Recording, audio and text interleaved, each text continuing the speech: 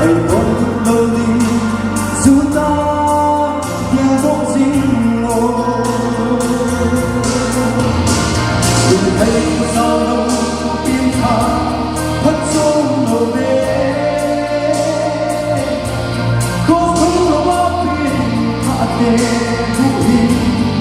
trong đầu những sẽ mơ mơ có khi ta sống để chú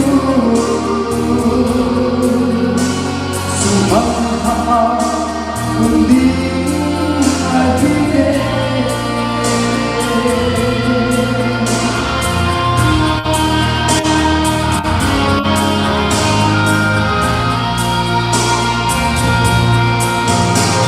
chẳng thấy nó thuốc nào đúng không là thế họ Krista ra là Việt Nam là ta sai ra buồn tiếc đất những vô rồi nên đừng băng băng nó vui là suốt thăm thiên giới sẽ abo Giêsu là ngày chẳng thầm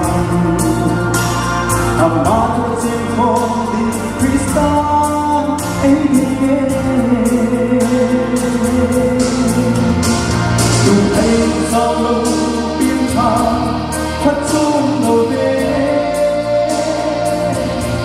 cố sống lòng áp về hạ tề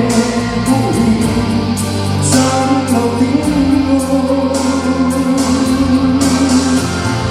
sẽ có một câu gì ta sống để Chúa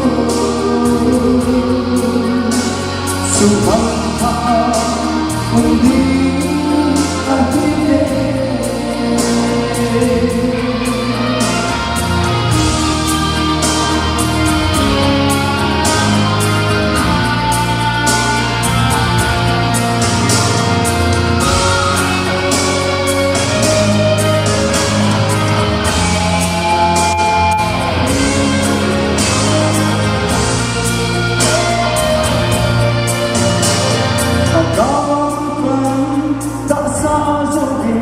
Kristana nagtosimang Sipin natin natupad si Akuhin Higong natin Nagsilatit na isopin Nagsong ng kusaysin Kristasa mo ko nagsong Laupisonin thấy sao đâu tim thà thật xuống một đêm có sống lòng áp về hạ tề vũ hình trong đầu tiếng ngô sẽ vô một câu gì ta sống để Chúa